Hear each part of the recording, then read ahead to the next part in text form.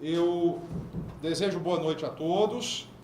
Vamos iniciar aqui a sessão de defesa da dissertação de mestrado do aluno Francisco Miranda Pinheiro Neto, intitulada Análise das implicações para o direito à saúde da jurisprudência do Tribunal de Justiça do Estado do Ceará sobre concessão de órteses, próteses e materiais especiais na saúde suplementar. Agradeço a gentileza de terem aceitado o convite para integrar esta banca dos nossos membros externos convidados, professor Sidney Guerra, Reginaldo, aqui à minha direita, do professor Luciano Timbenetti, que nos acompanha à distância, e o membro interno, né, do PPGD, professor Rômulo Guilherme Leitão. Lá perto da mesa ali, pode então, ou fica ruim? Conforme as regras do programa, o candidato tem 15 e até no máximo 20 minutos improrrogáveis para fazer a apresentação da sua dissertação, e em seguida nós passaremos a palavra aos membros externos inicialmente e depois ao professor da casa, professor Rômulo. Então, professor Luciano, está vendo o slide? Eu tenho os slides aqui comigo. Tá bem. Bom, então, para não causar mais nenhum atraso, vamos iniciar. Senhoras e senhores, boa noite. Boa noite, professor Eduardo Rocha Dias, meu orientador. Boa noite, professor Dr. Luciano Benetti Tim, avaliador visitante. Boa noite, professor Dr. Sidney Guerra Reginaldo, avaliador visitante. E boa noite, professor Dr. Rômulo Guilherme Leitão, avaliador visitante.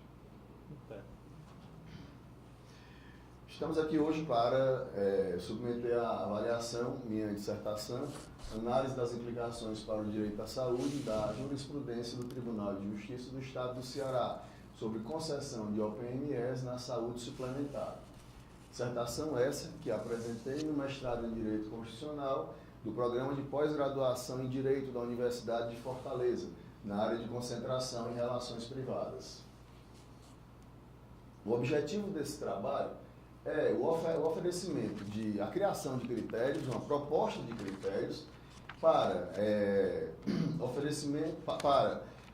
oferecimento de OPMS no setor de saúde suplementar, notadamente para os planos de saúde, que possam servir de baliza, de um norte, para as decisões judiciais. Nesse sentido, iremos apresentar esses critérios em duas situações. Situações nas quais as OPMS tenham registro na Anvisa e não façam parte do rol de procedimentos e eventos da ANS, e situações nas quais elas não tenham registro na Anvisa e não tenham registro no rol de procedimentos da ANS. Para a assunção desse objetivo, apresentar... Não está passando aqui. Desculpe, senhores. Para a assunção desse objetivo, o senhor pode segurar o tempo aí que Não, o relógio não para. O computador travou aqui.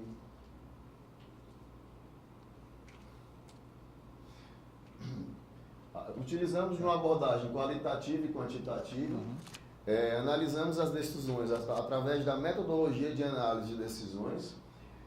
Nessas decisões, observamos os critérios que as decisões, que as sentenças, que as iniciais e que as contestações utilizavam-se por meio da bibliometria, e na propositura dos critérios utilizamos Está acontecendo alguma coisa aqui? Os utilizamos através da jurimetria para a proposta desses critérios. Os capítulos são divididos em: primeiro capítulo, OPMS e a saúde suplementar, ocasião na qual fazemos uma situação da saúde suplementar, uma contextualização da saúde suplementar, bem como das OPMS nesse setor. No capítulo seguinte, fazemos uma análise do ativismo judicial por meio da análise econômica do direito, da medicina baseada em evidência, bem como dos dispositivos legais e regulatórios aplicados à espécie. E no terceiro capítulo fazemos a análise da jurisprudência encontrada em cima do recorte temporal e do recorte terminológico apurado.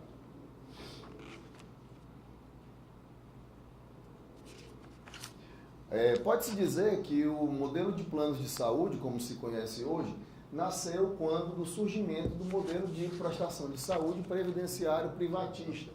Esse modelo surgiu com a Lei Eloy Chaves, através do qual surgiram os IAPs, IAPS, e depois foram transformados nas CAPs.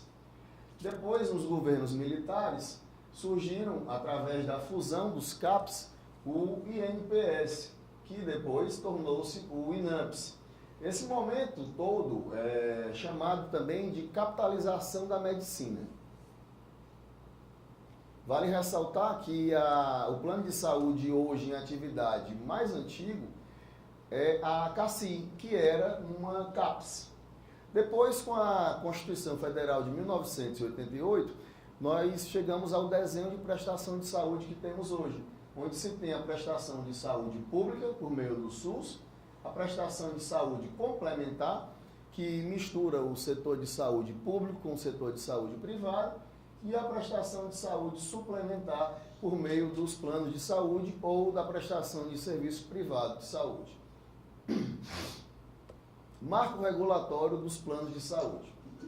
Antigamente, antes da Constituição de 1988, os planos de saúde efetivamente já existiam. E eles eram regidos basicamente pelo Código Civil e pelo Código de Defesa do Consumidor, bem como se submetiam em certa demanda aos regulamentos da SUSEP, Superintendência de Seguros Privados. Depois, com a Constituição Federal, infelizmente está coberto ali a parte do slide. Depois, com a Constituição Federal, além de se submeterem aos princípios e diretrizes constitucionais, passaram também, 10 anos depois, a se submeter à Lei 9656 e 12 anos depois aos regulamentos da Agência Nacional de Saúde, deixando de incidir sobre eles quaisquer as regulamentações da SUSEP. OPMS, vamos tratar sobre elas. Aqui nós temos à esquerda uma OPME, na realidade uma prótese, que é considerada até hoje a mais antiga que se tem em história. É uma prótese de dedo egípcia, datada entre 1000 a 600 anos antes de Cristo. E coloco ela em contraponto a uma prótese bastante moderna de pé. O que seriam órteses? Órteses são dispositivos que servem para ajudar um membro que está em degeneração e que não funciona corretamente. O estente, por exemplo, que durante muito tempo se chamava de prótese, a bem da verdade é uma órtese, pois ele não substitui a artéria e a veia, ele ajuda no funcionamento da artéria e da veia. Tem-se ali também uma órtese que está ajudando a recuperação e o funcionamento do húmero, e ali uma órtese para ajudar no movimento da perna. Aqui nós temos exemplos de prótese, uma prótese de perna, uma prótese de mão, uma prótese de joelho e uma prótese peniana inflável. Materiais especiais. A configuração de materiais especiais se trata de quê? Normalmente materiais de ajuntamento, materiais que servem para a aproximação de estruturas, normalmente muito caros, e que não se enquadram na configuração nem de próteses, nem de órteses. Temos aqui ainda diversas imagens de próteses bastante antigas. Merece destaque a imagem de Ambroise Paré, de 1564, as ilustrações também de Gottfried, do século XVI, que ele realmente levou a efeito. Era um cavaleiro alemão que desenhava suas próprias próteses, a mão vitoriana do século XIX, um veterano da Guerra Civil Americana, e essa prótese de 1942. Deve-se ressaltar que os períodos de guerra eram fundamentais para incutir nos cientistas, nos construtores, a confecção e a criação de próteses. OPMS e o ativismo judicial. A figura do ativismo ali, ela está coberta, mas ela é interessante, pois ela demonstra a deusa da justiça cega e dizendo o seguinte: juiz mandou é lei. Então a lei está cega, mas como o juiz mandou, deve ser decidido. E temos ali, representando a análise econômica do direito, um gráfico econômico com o martelo da lei. É necessário falarmos um pouco sobre o rol de procedimentos e eventos da ANS. Na configuração do rol de procedimentos e eventos da ANS, eles levam em consideração a medicina baseada em evidências. Para a configuração da medicina baseada em evidências, se considera a melhor evidência de pesquisa, as experiências clínicas e os valores do paciente.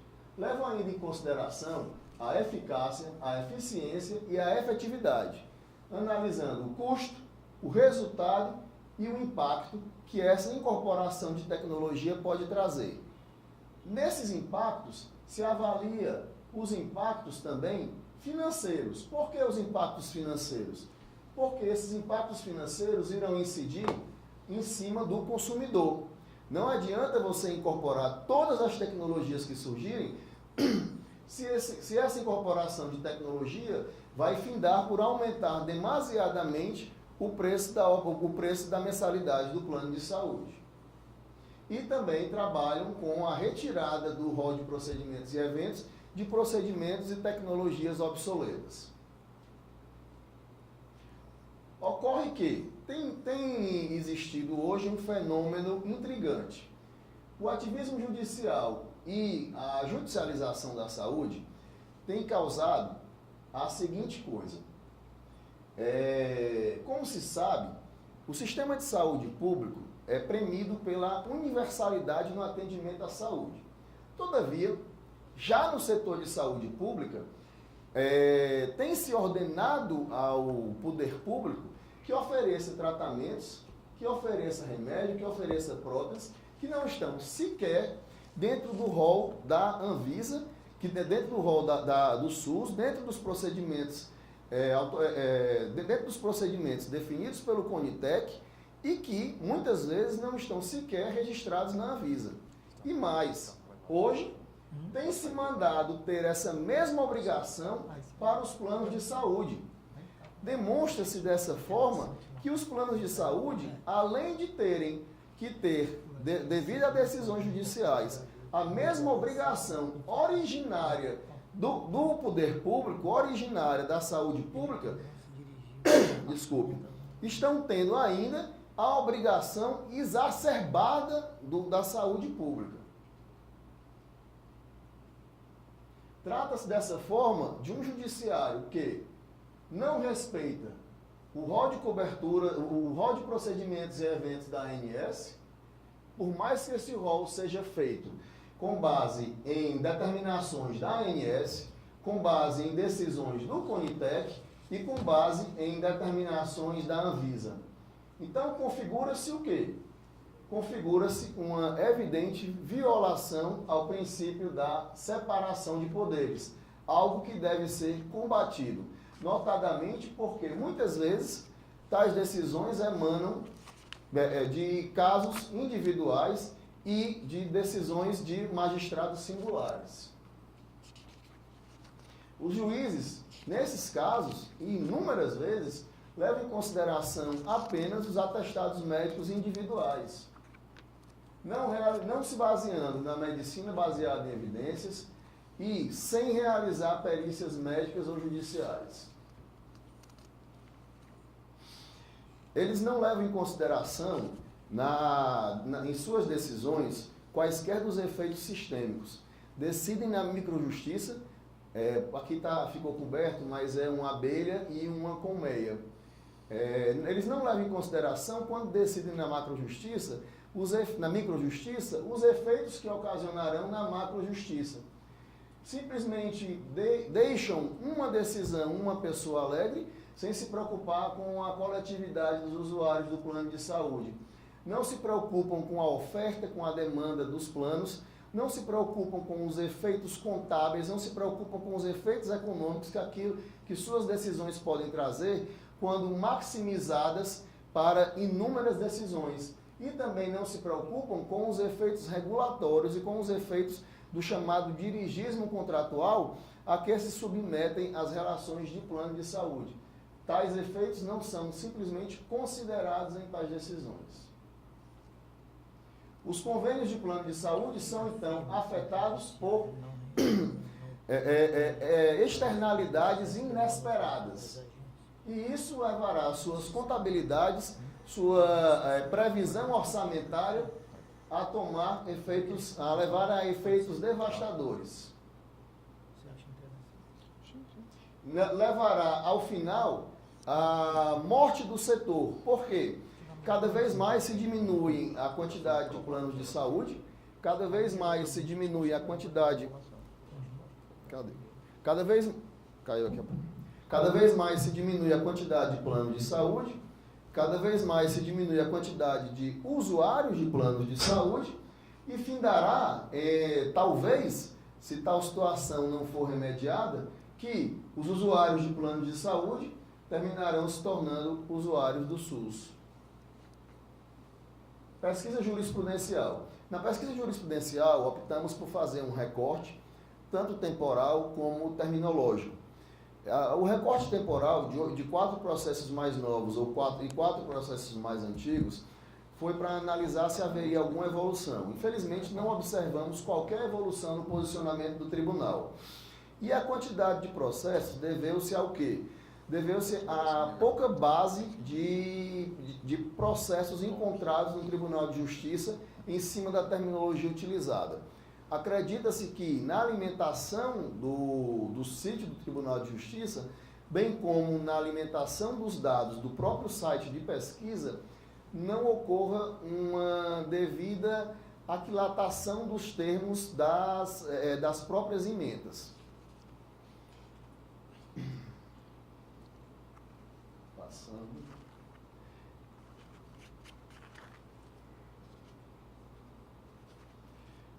Dividimos, então, as decisões em cima de seus elementos autorizadores. Passamos à análise da tutela antecipada. Percebe-se que em quase todos os pedidos, em quase todos os processos, houve pedido de tutela antecipada. Apenas no processo não houve pedido de tutela antecipada porque era um pedido de ressarcimento. Já no processo F, onde houve pedido de tutela... Pode pedir um microfone, está sem bateria esse microfone. Alô? Alô? Apenas no processo... Apenas no processo E, não houve pedido de tutela antecipada. Tem que tirar aqui, por baixo. Apenas no processo E não houve pedido de tutela antecipada porque era um pedido de ressarcimento. Já no pedido F, onde houve pedido de tutela antecipada e foi negada, tratou-se do pedido de prótese peniana inflável. A prótese peniana inflável não fazia parte do rol de procedimentos e eventos e, na realidade, havia a prótese peniana semirrígida. O juiz, então, no primeiro grau, não concedeu a tutela antecipada. Quando passamos para o gráfico de dias para manifestação, e nesse caso, voltando aqui, só para ressaltar, não houve agravo de instrumento em nenhum dos casos, nesse caso do processo F, houve agravo retido. Nos dias para manifestação, no caso do processo F, o magistrado demorou 85 dias para a manifestação. Quanto ao dano moral, percebe-se um valor de condenação no dano moral bastante homogêneo, variando entre R$ 7.000 a R$ 10.000, à exceção do processo A, onde houve a condenação em dano moral de R$ 60.000. Nesse processo A, ocorreu a morte da autora. Essa morte da autora foi considerada, em primeiro e em segundo grau, foi dado causa a essa morte da autora pelo atraso no fornecimento da OPME.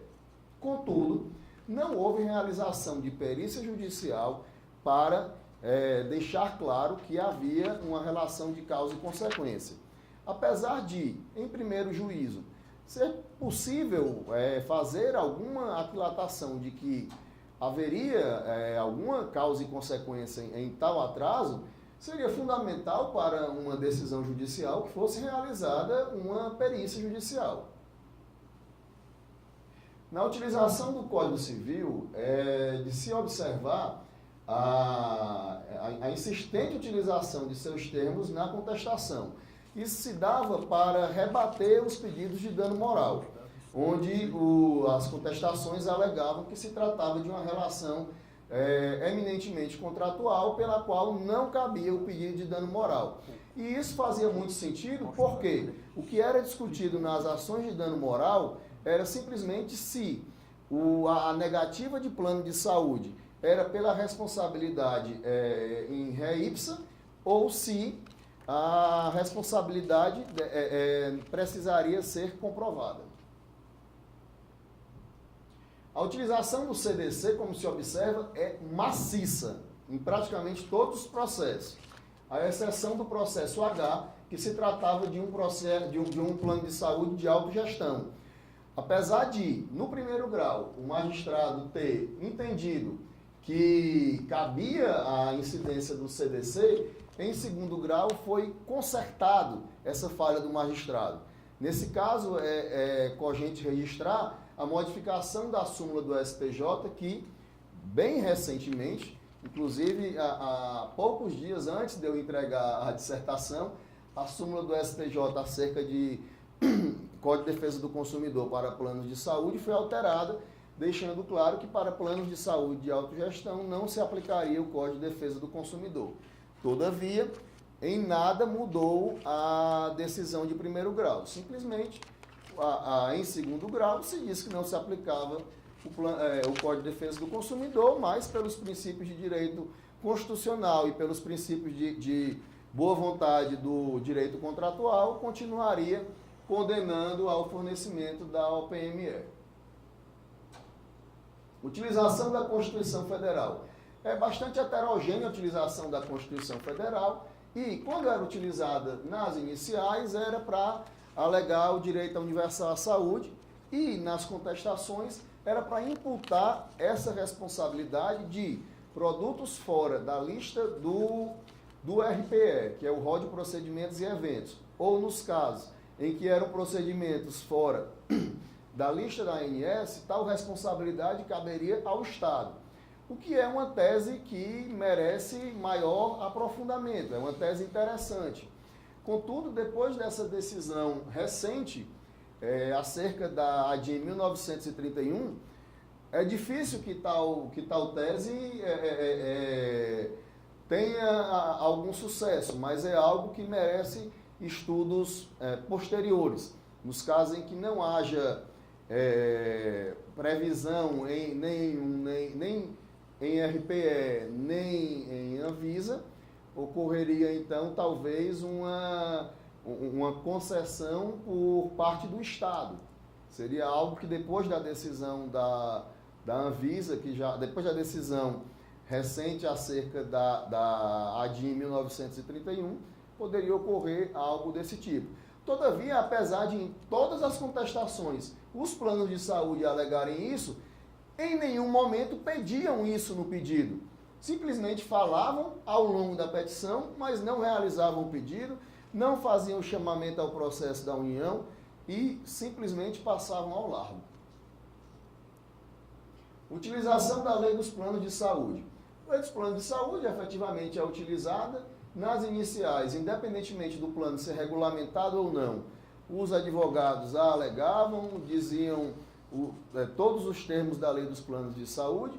As contestações, nos casos em que se tratava de planos não regulamentados, apresentavam os dispositivos dos quais não caberia ao fornecimento daquelas órteses por conta de dispositivos da própria Lei dos Planos Pinheiro, de Saúde. Só lembrando que já chegamos ao tempo que possa caminhar então para a conclusão, tá bom?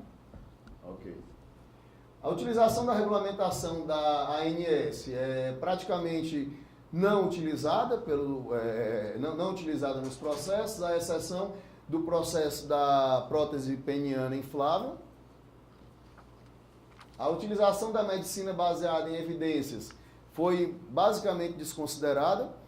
Nos processos D e F, nos casos em que foi utilizada, infelizmente, nas contestações, simplesmente eles aceitavam as sugestões dos médicos e simplesmente diziam, em que pese concordarmos com a opinião do médico, não podemos fornecer a OPME porque não faz parte do rol de procedimentos e eventos.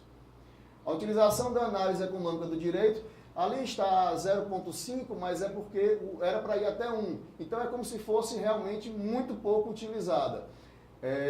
Quando era utilizada da análise econômica do direito, não havia apresentação de números, não havia apresentação de preço das próteses, não havia apresentação de nenhum dado com mais embasamento.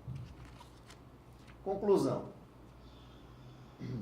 Situação 1. OPME, aqui no caso a prótese peniana inflável, e aqui o estente biodegradável, material bastante novo. Ambos têm registro na Anvisa e não fazem parte do rol de procedimentos e eventos da ANS.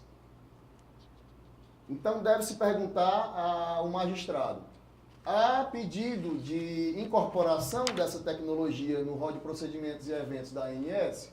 Se há pedido, esse pedido foi negado, ali tem um carimbozinho de negado que está coberto. Se esse pedido foi negado, então não cabe o fornecimento. Se há silêncio da ANS, se há silêncio da ANS há mais de 2 anos, cabe realizar pelo magistrado. Primeiro, não pode ser fornecido com base apenas em atestado médico. Tem que analisar se não há prótese similar que tenha as mesmas funções ou que as funções possam suprir a necessidade do paciente no rol de procedimentos e eventos da ANS. A perícia médica judicial tem que ser feita, de preferência, com membros da ANS e Anvisa, ou que de alguma forma eles possam ser ouvidos, o que hoje é bastante fácil, porque há um canal de comunicação da Anvisa e da ANS, onde eles emitem pareceres. Isso hoje realmente não é difícil. Inclusive tem um parecer sobre a prótese peniana inflável. Tem que haver também o parecer do NatJus, que vem sendo pouco utilizado, mas há necessidade de utilizá-lo. De preferência, se possível for, seria muito necessário que haja, até porque esses pareceres são previstos na RN 424 dos planos de saúde, que não se utilizam. É uma falha dos planos de saúde não se utilizar a DRN 424, que é a formação da junta médica. Deveria ser incorporado à perícia membros do CRM e, se possível, membros da comunidade acadêmica, levando em consideração a análise econômica do direito e a medicina baseada em evidências. Situação 2. OPMEs que não tenham registro na Anvisa e não tenham registro na ANS. Acho que o professor caiu. Professor Luciano, está nos ouvindo? Sim. Ah, tá, pronto. Que a sua imagem tinha desaparecido? Só confirmando aqui. Tá ótimo. Não, sim, eu desapareci só para não gastar a bateria, eu estou só esperando. Tá certo. Pronto. Terminar e aí eu... Perfeito, obrigado. Prefacialmente, há de se registrar que tratamentos experimentais em humanos não devem ser utilizados, principalmente se custeados por planos de saúde. Mas, se for para ser utilizado, deve o magistrado, primeiro, arguir se o pedido na Anvisa foi negado. Se houver sido negado, não deve ser fornecido material. Se a Anvisa está silente há mais de 1 ano, esse critério é o mesmo critério utilizado por Luiz Roberto Barroso na ação acerca dos medicamentos de alto custo. Acerca dos medicamentos sem registro na Anvisa, desculpe. O juiz deve, então, chamar a Anvisa para compor o polo passivo da lide, não se utilizar, não fornecer a OPME com base apenas no atestado médico do médico assistente, procurar, se não há no rol de procedimentos e eventos da ANS alguma prótese similar que cumpra as mesmas funções, realizar a perícia médica judicial com base na medicina baseada em evidências e a análise econômica do direito, e essa perícia, tal como no caso acima, tem que ser baseada, tem que ser lastreada nos mesmos moldes da situação 1. Fim. Ok. Obrigado, Pinheiro, Francisco Pinheiro Neto. Eu passo a palavra, então, logo ao professor Luciano Tim para as suas considerações. Pois não. Professor, eu só pediria, então, para que eu trocasse aqui a mídia Perfeito. e passasse para o computador. Então, eu não quis interromper o candidato, que estava entusiasmado ali. Certo. Então, agora eu troco a mídia e em 2 minutos eu refaço a conexão. Pode ser? Pode, sim. Se preferir, nós podemos passar a palavra para o outro membro externo e o senhor entra logo em seguida. Vocês que mandam. 2 minutos é só o tempo de ligar. Então pronto. Então vamos aguardar. Vamos aguardar. Perfeito. Pode desconectar, então. Tá certo. Pinheiro, eu gostei muito dessa tela aí, viu? O grito do monte. Tua imagem aqui está aparecendo. Ali de onde você estava sentado estava aparecendo aqui. Não sei. Dá para tu ver daqui? Aqui não aparece nada não.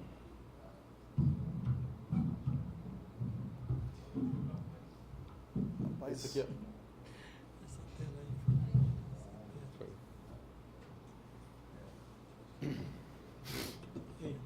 essa tela aí vai ganhar, perder 2 pontos. Pela gracinha. Ele também que ele tá aqui na Iava, né? Ele tá olhando pra plateia. eu nunca tinha visto essa da tela.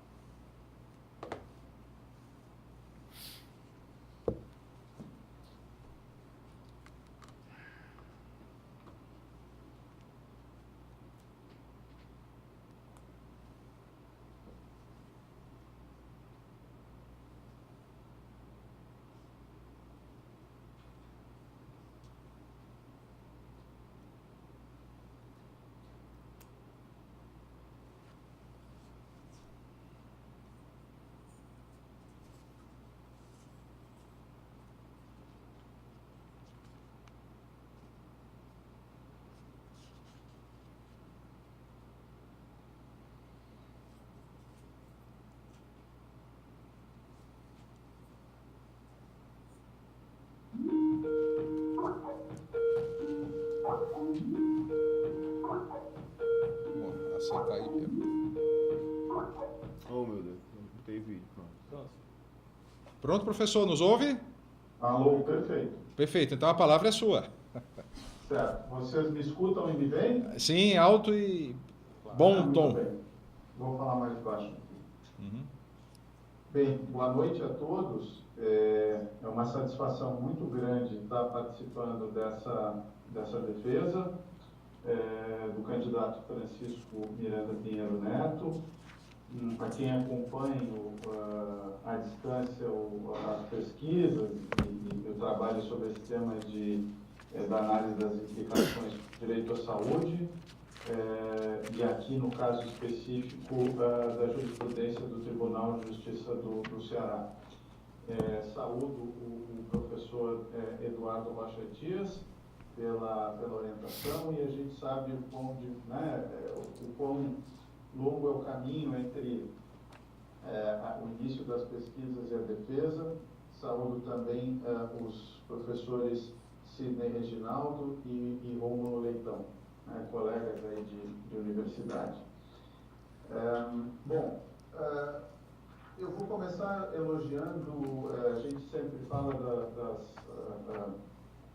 dos pontos, eu costumo falar de pontos positivos e depois também alguns pontos que merecem uma reflexão, mas dizendo que não seria um prejuízo, que a meu juízo é um trabalho que atende os requisitos de uma dissertação de mestrado. Então não há aquele suspense que o próprio candidato projeta ali no slide final, no sentido de que não me parece que haja aí esse suspense, mas acho que tenho certeza que estão cumpridos os requisitos, mas a gente está aqui muito mais para contribuir. Perfeito. Acho que é uma parte, acho que vou começar bem nisso. Acho que tenho dúvida se é um trabalho de análise econômica do direito. Eu acredito que seja, sim, um trabalho jurídico com uma pesquisa no final, mas não é porque há uma pesquisa no final empírica que a estatística, como o pessoal tem chamado de jurimetria, necessariamente é um trabalho de análise econômica do direito. Acho que teriam, se fosse um trabalho de análise econômica do direito, nós teríamos que ter uma hipótese de uma das escolas da teoria da análise econômica do direito e depois a confirmação no final ou não com a pesquisa empírica. E, na verdade, o trabalho começa com um histórico, ele situa o âmbito da discussão, as hipóteses para o problema gerado nesse plano de saúde são judicialização da saúde, não é propriamente, eu acho, um tema que a gente pode discutir, enfim, de análise econômica do direito, é mais, como o próprio candidato diz, uma realidade. A análise econômica vai trazer algumas hipóteses para essa judicialização, mas não que discutir isso seja um trabalho de análise econômica. O ativismo também é uma explicação, mas está muito mais no campo do direito constitucional, enfim, do que propriamente da análise econômica. Claro, a análise econômica vai também ter hipóteses, vai ter consequências. E o dirigismo contratual é mais no âmbito da teoria contratual do que de análise econômica. Então, a meu juízo, para ser uma análise econômica do direito, teria que ter uma hipótese de, por exemplo, tem muito processo porque as custas são baixas, ou tem muito processo porque o processo demora e não há incentivo para os planos cumprirem o contrato. Enfim, mas isso, a meu juízo, não prejudica, porque nem sequer acho que não precisa necessariamente, evidente, ser um trabalho de análise econômica do direito. Eu só trago sei do gosto do candidato pelo tema, mas até não está no título e talvez não sei se precisasse necessariamente estar no desenvolvimento de alguns dos capítulos. A segunda parte, que trata ali sobre as OPMEs e o ativismo, de novo, aí começa falando de análise econômica, mas acho que ponderar as consequências é uma reflexão de análise econômica do direito, mas eu tenho discutido muito com o pessoal da filosofia do direito para dizer que, quando eu levo as consequências em conta, não é necessariamente análise econômica do direito. Tem filósofos que são consequencialistas. Mas, enfim, tudo isso para dizer que o meu ponto principal é que o trabalho é bom, mas não sei se ele é um trabalho de análise econômica do direito. E sem prejuízo de cumprir, como eu disse, todos os requisitos. As explicações que são dadas, e aí indo item por item, a questão do judiciário não cumprir primeiro a lei estrita, depois a regulação da ANS, depois os contratos, e que isso viola a separação dos poderes, com tudo isso eu concordo, deixando claro. Eu acho que isso pode ser dito sem necessariamente recorrer à análise econômica do direito, que nessa temática de plano de saúde, a verdade é que sempre gera uma certa resistência, porque, embora a gente já tenha caminhado bastante no Brasil, ainda quando se fala análise econômica do direito, ainda causa alguns frissons, porque o pessoal estuda análise econômica do direito pelo Posner da década de 70, sendo que ele já mudou de opinião, e tem outras escolas de análise econômica. Então tem sempre enfim, definir onde que a gente está do ponto de vista de escolas livres. A questão da medicina baseada em evidências é fundamental e que o Conselho de Justiça tem se preocupado, para mim é um tema fundamental, mas não necessariamente é um tema de análise econômica do direito também. E, finalmente, a pesquisa de campo, me parece que ela ela explicita o problema de que o candidato chama de ativismo judicial, porque, pelo visto aqui, pelo levantamento dos juízes, embora tenha achado um número de casos pequeno, né, porque o volume de casos de discussão de plano de saúde no Brasil é absurdo. Se fosse um trabalho de análise econômica, teria que, se fossem só 8 casos sobre isso, não haveria um grande prejuízo econômico aos planos, tá? Mas me parece que desses 8 casos, os juízes e desembargadores se valem dos famosos princípios, né? E alguns professores até têm chamado isso, um pouco provocativamente, de farra principiológica. Se soltam os princípios e com isso se decide basicamente qualquer coisa, mesmo contra texto legal. E a aplicação da lei e da regulação é um problema grave, realmente, né? Porque, teoricamente, a agência reguladora, no caso a ANS, teria os elementos para regular melhor. Mas há um descrédito dessas agências reguladoras e o judiciário, então, acaba ou não cumprindo ou tentando ocupar esse papel de regulador. E eu até, Francisco, eu não diria que o juiz considerar o contrato ou não cumprir o que a agência reguladora define, eu não chamaria de microjustiça até, né? Não cumprir contrato, eu não sei se está fazendo justiça, pelo menos comutativa.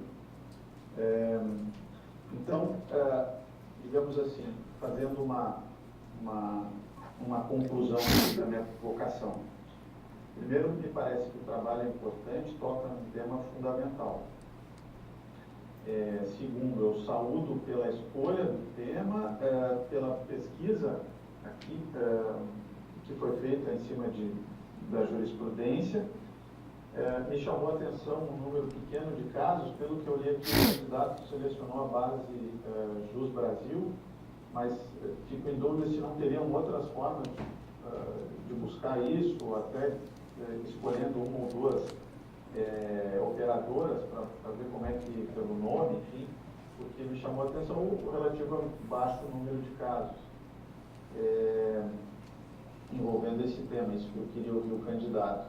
E aí, a minha provocação é que se eu fosse fazer uma análise econômica, será que isso seria um problema, então, esse baixo número de casos e relativo baixo custo? Talvez a solução seja não ser um trabalho de análise econômica, ser um trabalho que tenha jurimetria, e o pessoal da jurimetria, o professor Marcelo Guedes, que é citado aqui, ele luta bastante para que a jurimetria não seja considerada análise econômica do direito, e sim o uso da estatística para pesquisa jurídica. E se fosse, vamos dizer assim, para um trabalho de análise econômica do direito, eu tenderia a substituir aquele capítulo introdutório, que é um pouco longo, por algumas premissas conceituais da análise econômica, o que ela é, das escolas, enfim, da análise econômica dos contratos, que efetivamente aparece assim, mas se fosse o caso de optar por essa via, que eu não acho necessário, volto a dizer, acho que, volto a dizer que o trabalho preenche os requisitos, ele está dentro, talvez eu apenas, no capítulo ali, item 2.1, eu não sei se eu chamaria de análise econômica do direito. E nem o item 2.5, que é a medicina por evidências, que acho que a medicina tem usado isso, eu tenho conversado com os médicos, né? Os médicos também usam estatística, está cada vez mais difícil não trabalhar com estatística. E ela nos ajuda a mensurar consequências, inclusive, né? E depois a análise quantitativa e a meu juízo também e aí eu queria ouvir um pouco o candidato nesse sentido, ou seja, essa pesquisa quantitativa, ela confirma as hipóteses de que os juízes eles não têm deferência ao órgão regulador, que eles são ativistas. Como é que nós vamos, se ele está citando o Código de Defesa do Consumidor, será que ele é um ativista? são as minhas provocações iniciais aí para o nosso debate. Professor, muito boa noite. Mas, Pinheiro, permita-me passar a palavra logo ao professor Sidney e Perfeito. você, ao final, responde em bloco Ok, professor. os questionamentos. Você anotou todos? Anotei. Eu vou virar a câmera aqui para que o professor Luciano Tim possa nos ver e passo a palavra ao professor Sidney Guerra Reginaldo. Boa noite a todos. Para mim é uma grande satisfação estar participando desse momento. Mas, só um instante, o professor Luciano tinha concluído já, né? Tinha concluído. Ah, então tá certo, tudo bem. Eu estou Desculpe que eu não perguntei. Vou passar então para o professor Sidney. Pronto. Estava dizendo, um momento ímpar, né? De participar desse nervosismo, de todo esse sofrimento, porque para alguns alunos que estão aqui, muito sofrimento. Anteriormente estava conversando, veio a hora de fazer o depósito, se aliviou do depósito, essas conversas para parabenizar. Também inclusivo ao professor Eduardo Dias pela orientação, uma grande satisfação estar revendo e estar presente também na companhia do professor Romo, meu amigo, e também saudar o professor Luciano aí, que estamos falando via website, web-mail, né? Bom, o professor Luciano tocou em alguns aspectos que realmente falar na questão da análise da econômica do direito, né? E primeiro, eu vou fazer algumas considerações de ordem talvez formal, que é no título, né? Achei bastante interessante o título, porque um aspecto aí meu mesmo particular é que o pessoal do direito tem feito muito título com título e subtítulo, colocando 2 pontos, não sei o quê, 2 pontos. Você pega uma revista jurídica, 2 pontos, e até confunde determinados leitores. Então, o título correto é bem interessante. Eu acho, outro aspecto formal, que o resumo deveria ter vindo antes do sumário. Tenho a impressão que o resumo vem antes do sumário. É bom tomar cuidado nisso para colocar essa formatação do próprio resumo. Se abre o resumo, evitando uma coisa que eu acho interessante, professor Eduardo, professor Romo, professor Luciano, os trabalhos que eu tenho participado, e hoje parece que estou na terceira banca de monografia, este trabalho, nós temos o costume de falar, o resumo começa, este trabalho, e você traz uma coisa diferente. Você já abre o resumo, Bota o vídeo. dizendo a Constituição Federal, já dá ao leitor, para ele, já introduz o leitor no próprio seu trabalho. Quero elogiar também a questão da metodologia, né? Eu tenho visto trabalhos no direito que, não só no plano geral, que a metodologia tem arranhado um pouco, está todo mundo colocando metodologia bibliográfica e vai colocando como se tudo fosse a mesma coisa. Você utiliza da bibliometria, que é um estudo, uma metodologia bem interessante, é interessante trazer esse método também. Apenas fazer só um dado, professor Eduardo, me permitir, quando você abre o primeiro capítulo, você sai citando muito autores, primeiro parágrafo, autores, e às vezes tudo bem que tem uma parte histórica, a gente não fica sem ouvir você. Então, na primeira página do primeiro capítulo, aqui, ele vai citando autores, e falta ouvir um pouco. Depois, lá na frente, você não repete isso. É bastante interessante. Por quê? Porque na bibliometria você tem que fazer esse vínculo dos autores, mesmo que sejam autores de conceito, de formação, lá com a sua conclusão. Isso é um dado que tem que ficar bastante delineado. Muitos alunos, eles apresentam, e aqui eu falo porque tem muitos alunos, ele vai citando e acha que tem que citar um determinado autor, um clássico, vai citando um clássico, e realmente a bibliometria vem dar essa correção.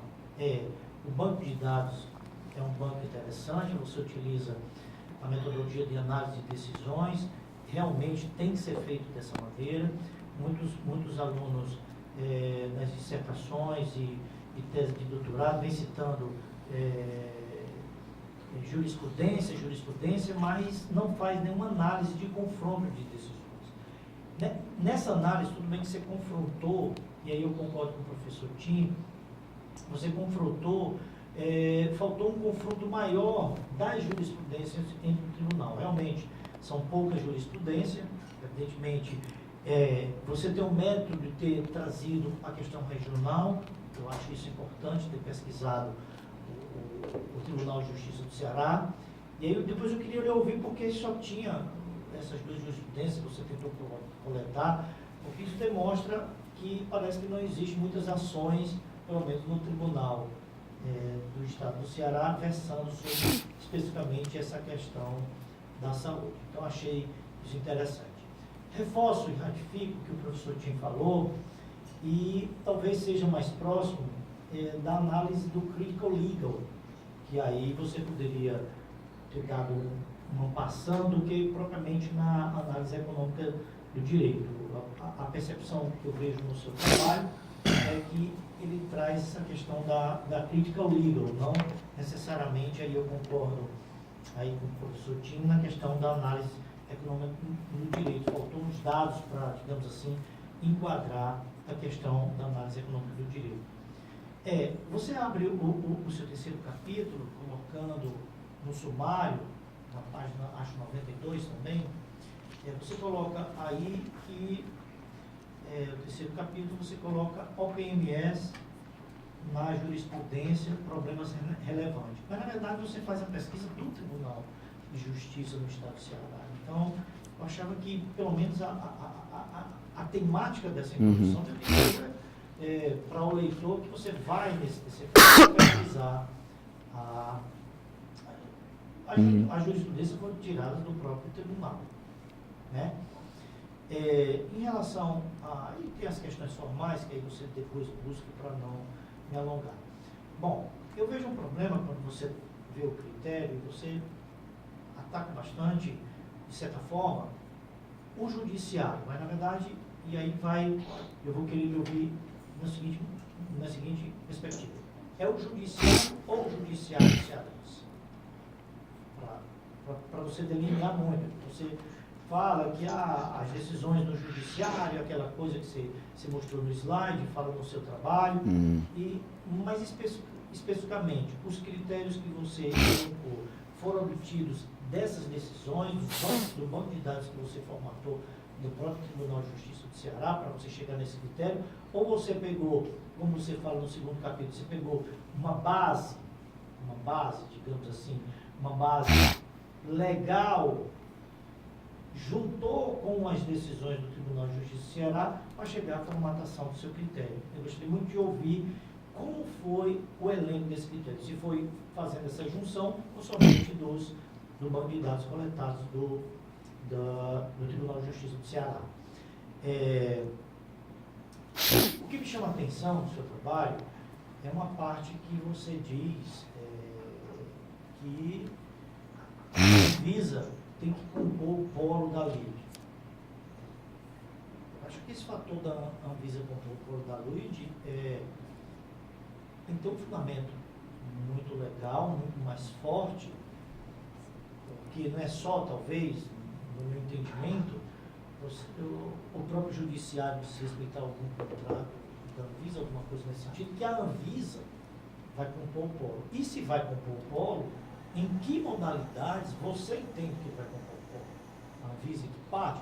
Porque você trazer uma agência reguladora, uma agência dessa para compor o polo da LID em todas as situações, você vai gerar mudança de competência. Mudança de competência, isso que eu ia falar, a questão da competência, pode retardar o próprio processo, como é que fica a questão, mesmo da própria competência da Anvisa com o polo, em segundo lugar, qual é a competência do próprio julgado. Eu queria lhe ouvir sobre isso.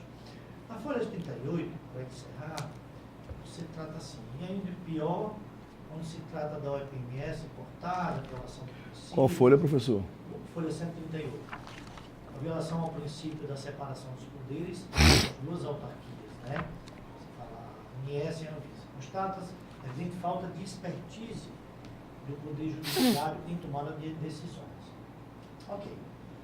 A gente tem que respeitar, é interessante respeitar o seu funcionamento, falta de expertise do judiciário. Mas está faltando expertise do judiciário em que sentido? O que está faltando? É o juiz que não tem competência de julgar, a SMEC, estou trazendo a SMEC, o que está faltando de expertise? Falta leitura, falta alguma coisa que está faltando. Porque você diz aqui que a falta de expertise nessa tomada do judiciário, e aí eu também evoco as questões anteriores. É do judiciário cearense, especificamente, quando você fala, ou do judiciário brasileiro de uma forma geral. Assim, eu gostaria de ouvir também isso aí. E qual seria a solução da falta de expertise? Uma atualização do próprio juiz, alguma coisa, porque você ainda bota onde ainda que imbuído dos mais nobres princípios em juízos verdadeiramente prejudiciais. Aí eu queria que você tomasse essa explicação do que de fato você, tanto no caso concreto, tanto coletivo como individual e tal, e aí eu queria lhe ouvir em relação a isso. Eu acho um ponto fundamental do seu aspecto de conclusão. Acho que, como eu participei, assim como o professor Rômulo, da sua qualificação, em muitos aspectos que foi debatida a sua qualificação, realmente foi uma qualificação, porque houve mudança, a gente debateu bastante, inclusive, na questão do salário. Acho que, de certa forma, você cumpriu o que foi feito na qualificação, e eu gostaria de ouvir você para formatar bem o entendimento que eu achei o seu trabalho vai deixar esse legado. Realmente precisa de um aprimoramento num doutorado, eu entendo isso, uma pesquisa mais aprofundada, até mesmo porque você saiu do que mais nos direitos se escreve, que são dissertações em tese conceitual. A gente precisa no direito sair um pouquinho dessa coisa conceitual, porque muito do conceitual que se fala, se você for pegar, está muito defendido em outros idiomas e tal. Então, você ter saído do conceitual já foi muito interessante o seu trabalho, isso aí é um grande momento do seu trabalho. Então, são essas minhas considerações. Não faço crítica, porque criticar é uma coisa muito fácil, apontar o dedo é uma coisa muito fácil. Então, é só essas minhas considerações que eu gostaria de ouvir desses questionamentos. Muito bem, obrigado, professor Sidney. Então, passo a palavra ao terceiro membro da banca, além de mim, que é o professor Rômulo Leitão, para as suas considerações, e em seguida o candidato terá a oportunidade de se pronunciar, né, sobre as observações até aqui feitas. Bom, boa noite a todos. Eu queria agradecer o convite do professor Eduardo Pinheiro Neto, professor Sidney. Queria cumprimentar a audiência, cumprimentar meu amigo Fernando Albuquerque, professor Fernando Albuquerque, da Faculdade de Direito. Eu fiquei muito satisfeito com a evolução do trabalho, da qualificação para agora. Tem a parte histórica, o resgate histórico do direito à saúde está bem completo. Eu acho que você poderia até dedicar mais alguma coisa à 8ª Conferência Nacional de Saúde, que foi a base da lei do SUS e a base das modificações da Constituição de 88, que culminou com o artigo 196 da Constituição, trata do direito à saúde como dever do Estado, direito de todos, mediante políticas públicas, sociais, né? Ou seja, essa parte o Supremo Tribunal Federal ignora por completo na Constituição. E aqui eu queria fazer só uma ponderação. Não é que eu vá responder por ele, mas eu já estava pensando em falar da ponderação do professor Sidney. O ministro Celso de Mello, lá no Supremo Tribunal Federal, ele basicamente definiu algumas posturas de toda a magistratura brasileira em alguns julgados. Eu andei fazendo algumas pesquisas, tem alguns trabalhos sobre isso. A questão do direito à saúde como direito individual e não direito coletivo, como está posto na Constituição, como foi discutido na 8ª Conferência Nacional de Saúde, em 86, isso foi completamente apagado da história por conta das decisões que enxerga como direito individual e não direito coletivo à saúde. A questão da solidariedade entre os três entes na judicialização da saúde na perspectiva pública, não da saúde complementar. Essa solidariedade dos três entes, vários precedentes que hoje os juízes referem-se, citam nas suas decisões cegamente, vem dessa época, vem desses julgados do Supremo Tribunal Federal, que hoje em dia está se tornando clichê falar mal do Supremo, então eu vou só fazer essa menção sobre o Supremo. O trabalho é voltado para a saúde suplementar. Eu tenho uma vivência na outra ponta do problema, que a gente conversou várias vezes lá na cadeira, mas tem alguns aspectos aqui que eu acho que são comuns a ambos. Uma coisa que você destacou aqui, essa diferença entre ativismo e judicialização, que a judicialização é estrutural e o ativismo é comportamental. O ministro Barroso, aquela passagem dele, ele aprimorou o que ele falava sobre isso. Ele falava, há pouco tempo atrás, ele colocava os dois no mesmo patamar. Judicialização e ativismo seria a mesma coisa. O Lênin Streck tem um trabalho que faz uma diferenciação bem clara sobre esses dois termos. Você faz essa diferenciação. Agora, uma questão que você coloca aqui, dois ministros do Supremo que você cita, o Fachin e o Barroso, eu considero os dois mais ativistas lá do Supremo. Então, se você citou esses dois ministros como avanço em algumas decisões, você não tem muita esperança com esses ministros para avançar no sentido de diminuir a judicialização na área da saúde complementar, porque eles são ativistas realmente, ativistas do ponto de vista de colocar a sua posição acima da posição da Constituição, de impor moralidade ou princípios, ou aquela farra de princípios que o professor Luciano muito bem... Eu me esqueci de cumprimentar o professor Luciano, desculpa, eu esperei cumprimentá-lo que eu estava falando. Na hora, me passou aqui, desculpa, eu queria cumprimentá-lo também, é um prazer estar nessa banca com o senhor. Não tem esperança, eu não vejo muita esperança de mudar entendimento jurisprudencial a partir de Fachin e Barroso. Não entendo que seja possível, apesar da composição ser mais ampla, mas a tendência é esse ativismo se exacerbar e uma questão de substituição de juízos da Constituição por juízos morais está bem claro hoje em dia, e a aplicação de princípio, até hoje eu não sei o que diabo é desarrazoado. A pessoa diz, não, é desarrazoado. O que é desarrazoado? Utiliza esse princípio todo dia em decisões que têm grande repercussão a partir de aplicações bem etéreas, né? E a Constituição meio de lado. Mas, para frente. O questionamento que eu queria que você manifestasse, o ponto que eu queria que você manifestasse, eu já fiz a crítica, que eu acho que nem precisa. Se você quiser falar sobre essa questão, ministro Barroso e ministro Fachin, você pode falar, se você tem esperança que mude alguma coisa a partir daquele posicionamento, eu não tenho.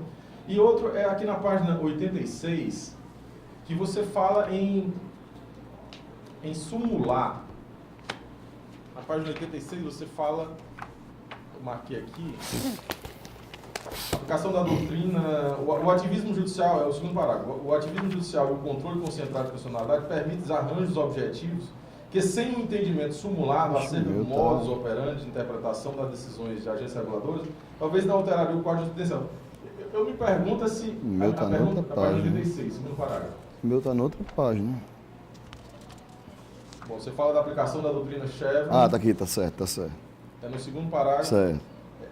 O questionamento que eu faço, você acha que precisa sumular entendimento nesse sentido? Porque já tem não vai piorar ainda mais a sumular esse entendimento? Não vai impedir mais ainda a questão da modificação de paradigmas? Eu pergunto isso porque existe, eu não tenho visto nenhuma discussão relevante nessa área, no sentido de mudar alguma coisa, no sentido de buscar uma autocontenção do Poder Judiciário, ou no sentido de discutir teses do Supremo Tribunal Federal, ou responsabilidades, ou a questão do contrato que você fala bem claramente, ou seja, o contrato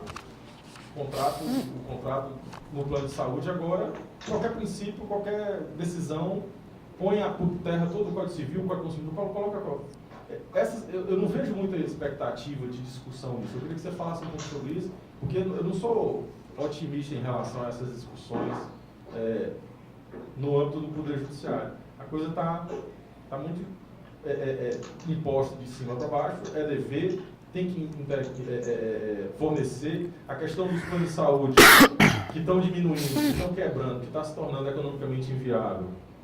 Não sei se exatamente por conta da decisão judicial, mas elas não ajudam. Eu tenho dúvidas sobre o alcance da judicialização em termos de valores. Sabe, eu tenho uma ideia de quanto se gasta de decisões judiciais. Quando você compara com o orçamento da saúde, que é gigantesco, não é tão relevante. O problema é mais de desorganizar o sistema do que de impor um ônus de dinheiro que acabe onerando demais o orçamento público. Isso aí aplica-se também ao particular. Eu queria que você falasse dessas duas questões. Em relação à base de dados, eu achei muito pequena esses 8 processos, mas até entendo que o site do Tribunal de Justiça do Estado do Ceará é péssimo. Você não consegue pesquisar absolutamente nada no site. Tanto que você foi para o Jus Brasil. Uma sugestão que eu dou é você ir pessoalmente no Tribunal de Justiça e buscar pesquisa a partir de dados dos computadores do tribunal. Eu já tive orientando que tentou acessar dados pelo site e não consegue, porque não tem termos de pesquisa, mas quando você vai pessoalmente, eles têm lá mecanismo de busca bem mais refinado do que os que eles disponibilizam para nós, jurisdicionados, advogados e pesquisadores. Então, para aumentar essa base, só vai indo pessoalmente e pedindo, até com a carta de um orientador, como pesquisador, você consegue, acredito que conseguir mais dados. Então essas são as minhas considerações. Muito obrigado, professor Eduardo. Obrigado também ao professor Rômulo. Passo a palavra, Francisco Pinheiro Neto, para as suas considerações sobre o que foi dito até agora pelos membros da banca. Ok. Boa noite, senhores. Muito obrigado. Inicialmente, quanto à base de dados, que foi uma questão levantada por todos e, inclusive, é o motivo do meu último parágrafo da minha dissertação, devo dizer que, quando eu fiz a pesquisa, eu não estabeleci... Primeira pesquisa que eu fiz, eu não estabeleci intervalo de tempo, simplesmente coloquei as palavras, as terminologias de pesquisa. Saíram 91 ou 92 resultados. Contudo, muitos desses resultados haviam a palavra órtese ou prótese em jurisprudências citadas sobre o tema. E então eu analisei cada uma, pois eu buscava órtese ou prótese no corpo do acórdão. Não queria buscar acórdãos que não se referissem a órtese ou prótese. Haviam muitas decisões sobre plano de saúde, mas que versavam sobre medicamento, versavam sobre cirurgia, e ocasionalmente o magistrado, o desembargador, citava uma jurisprudência que tinha órtese ou prótese. Se não me engano, talvez eu poderia ter aumentado a base de dados para 16 ou 17. Não me recordo. Findou por ficar esse intervalo de 8, mas foi porque a pesquisa eu me detive a realizar essa análise. E também já era de minha intenção, tal qual eu fiz em outro artigo, que está até aguardando a publicação, minha intenção não era analisar apenas o acórdão. Até porque, nessa outra pesquisa que eu fiz, eu pude observar que os acórdãos têm sido um tanto pobres nas referências às disposições legislativas. Então, minha intenção foi, desde o começo, analisar as iniciais, as contestações, as sentenças e os acórdãos.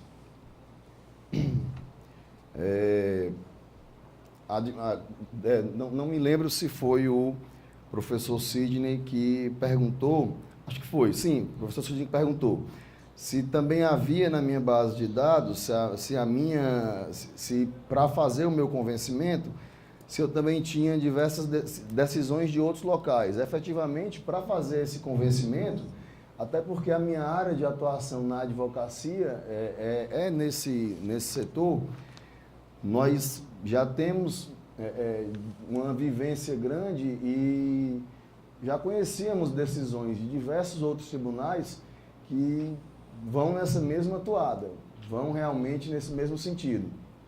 Nessa outra pesquisa que realizamos, nós fizemos a pesquisa no STJ, utilizamos basicamente da mesma terminologia de plano de saúde, contudo não nos utilizamos de órtese ou prótese, utilizamos plano de saúde, contrato e outras duas terminologias, e usamos um intervalo de tempo de 2 anos, não, de 1 ano, e chegamos a um resultado de 17 processos.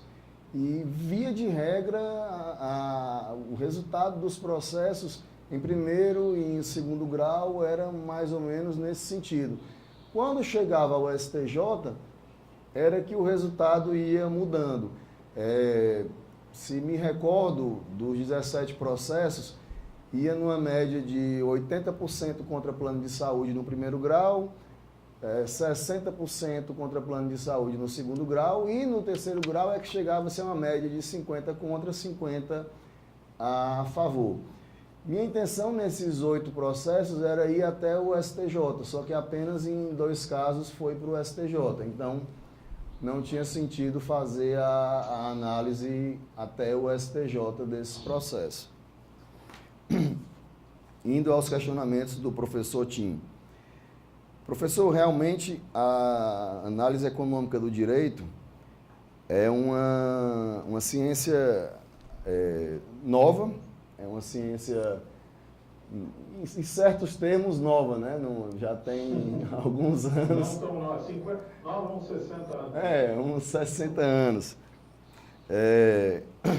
Depois que o senhor me falou isso daqui, a hipótese das escolas, a confirmação, estou pensando aqui seriamente para fazer algumas ponderações a respeito disso, mas a ponderação do senhor realmente eu gostei muito e vai me acrescentar muito. Por que que eu utilizei, por que que eu me utilizei da terminologia análise econômica do direito? Foi porque a defesa que eu fazia nas ações e que eu me imaginava, se eu tivesse no lugar do advogado do plano de saúde, seria o quê?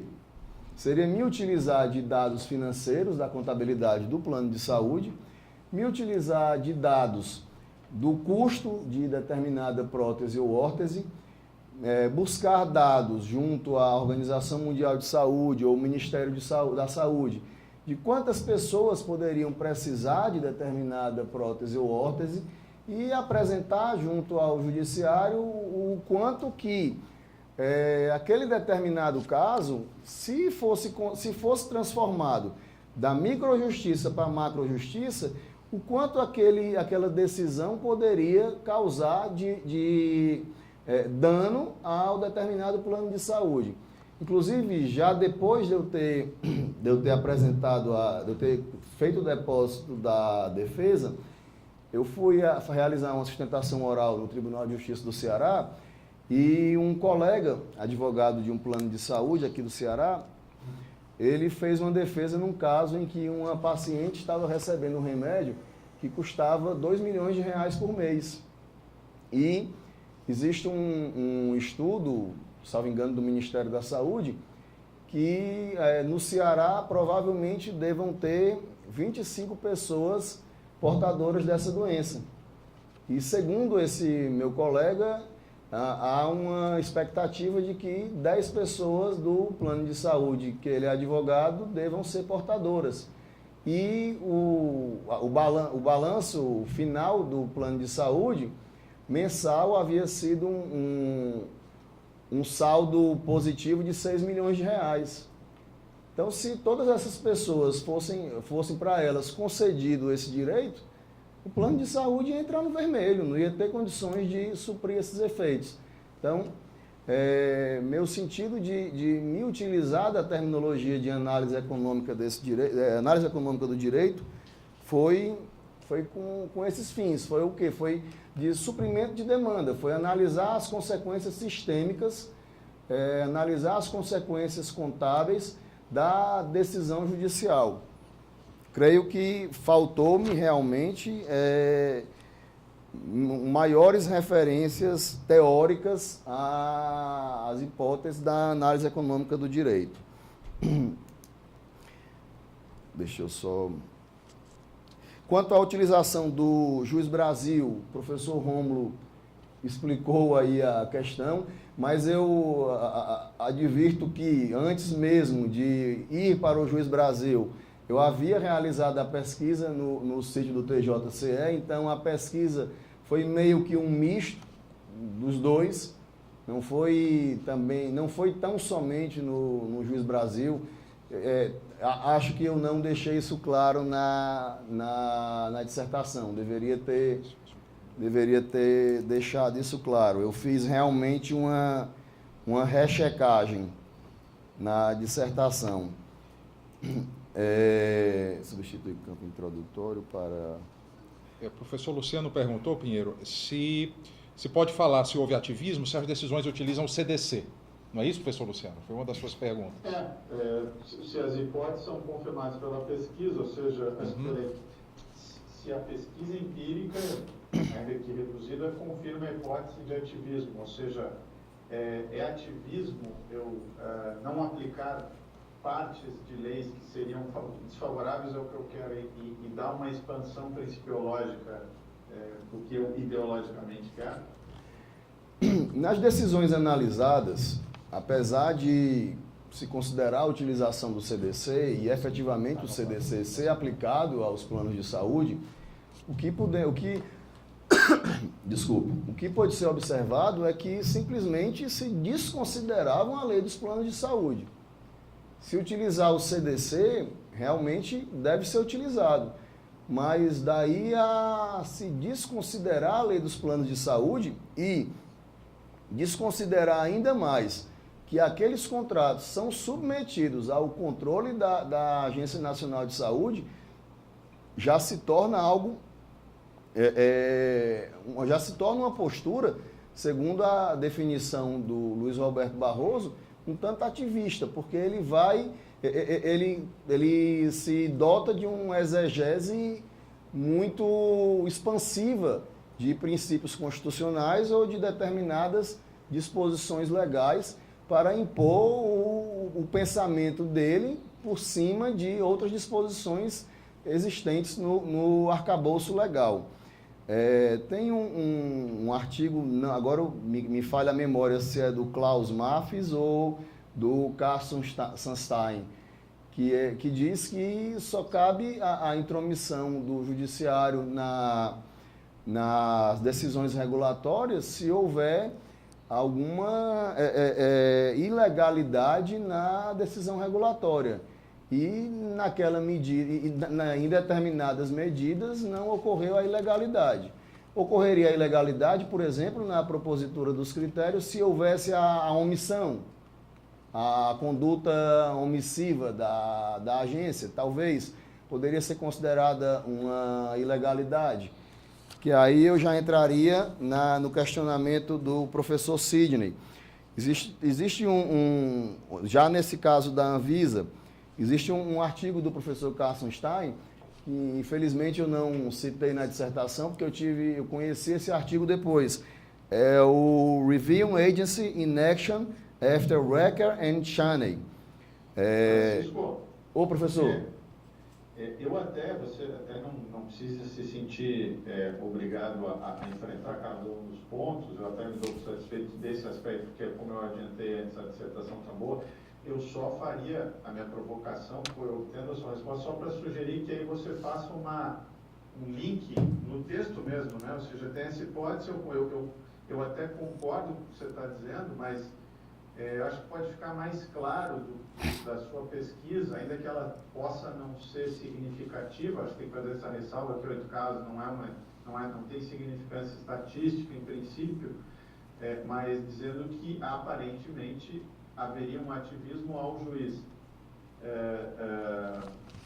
Pode ser desconhecimento, mas também pode ser uma questão, aí você teria que testar numa outra pesquisa qualitativa, assim, como é que é a forma de pensar do judiciário, que seleciona, digamos assim, partes da lei ou princípios para não aplicar a outras partes que exigiriam fazer conta, analisar as consequências. Então, é só eu só faria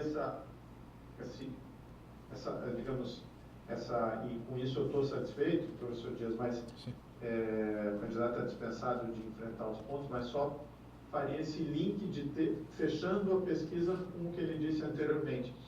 E talvez excluindo a expressão análise econômica do direito do texto, que exigiria uma expectativa de tratar de temas. Esse título, essa expressão análise não é necessária para os argumentos que a gente está fazendo. Esses são meus pontos e concordo. Eu estou satisfeito aqui, professor Dias. Ok, professor Luciano, obrigado.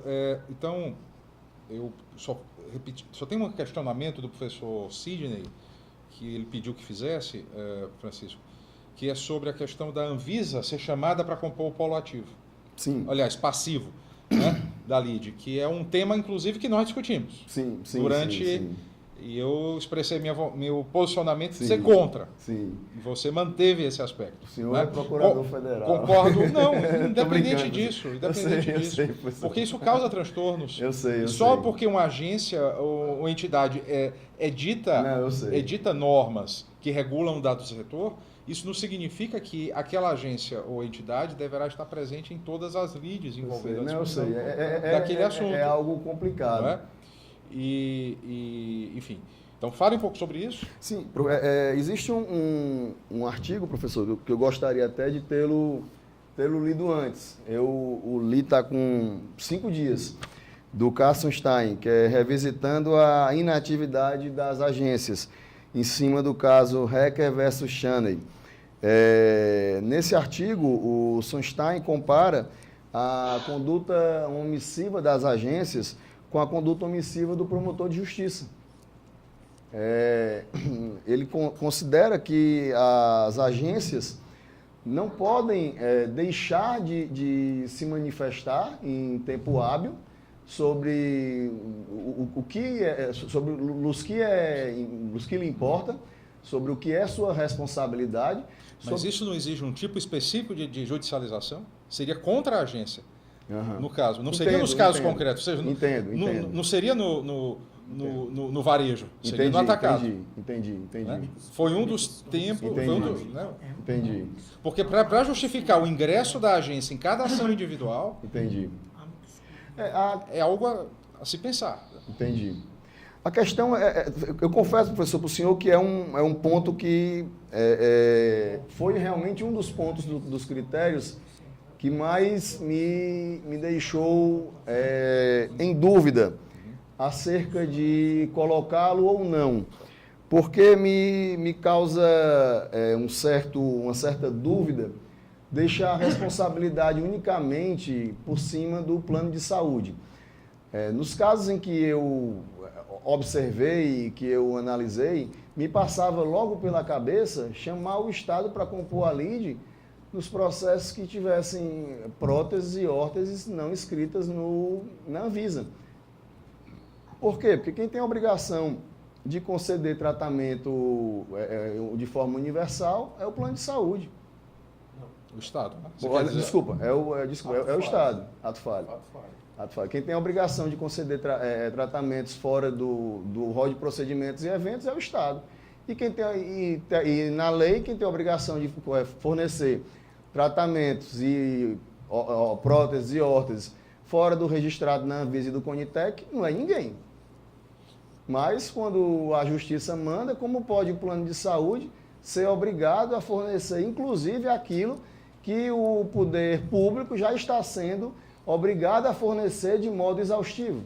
Mas tem a questão também da dívida que os planos de saúde têm com o Estado em relação aos pacientes que têm plano de saúde e são atendidos pelo Estado. Tem uma dívida bilionária que não está resolvida também, desse passivo aí. Só que aí essa dívida deveria entrar os itens que estão previstos no rol de procedimentos e eventos. Mas a forma de questionar a ação ou omissão da agência seria em outra sede, não, Francisco? É isso que a gente gostaria de colocar, então, para se questionar. Enfim, é um tema em que nós não estávamos de acordo e que aflorou aqui eu confesso para o senhor, professor, que é algo realmente muito...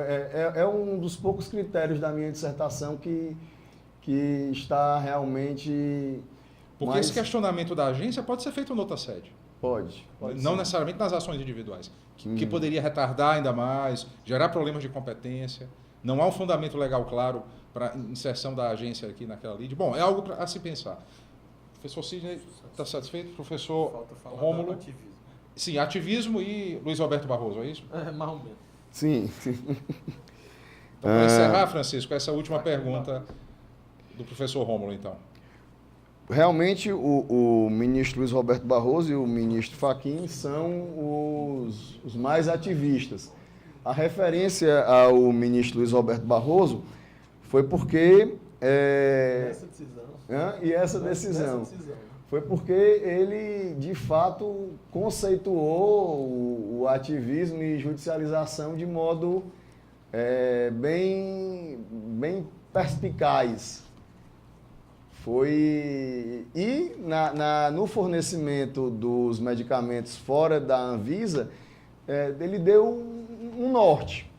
Ele deu um norte, de modo que não restassem também desamparados, não restassem também de um modo que simplesmente os planos de saúde não fornecessem nada.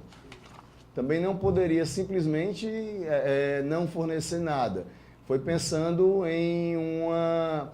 Porque não se pode pensar também que simplesmente o plano de saúde não vai fornecer nada, numa espécie de mutualismo, e do outro lado, o plano de saúde tem que fornecer tudo em cima dos critérios constitucionais, em cima do princípio da dignidade humana e do direito à saúde, ele vai fornecer tudo.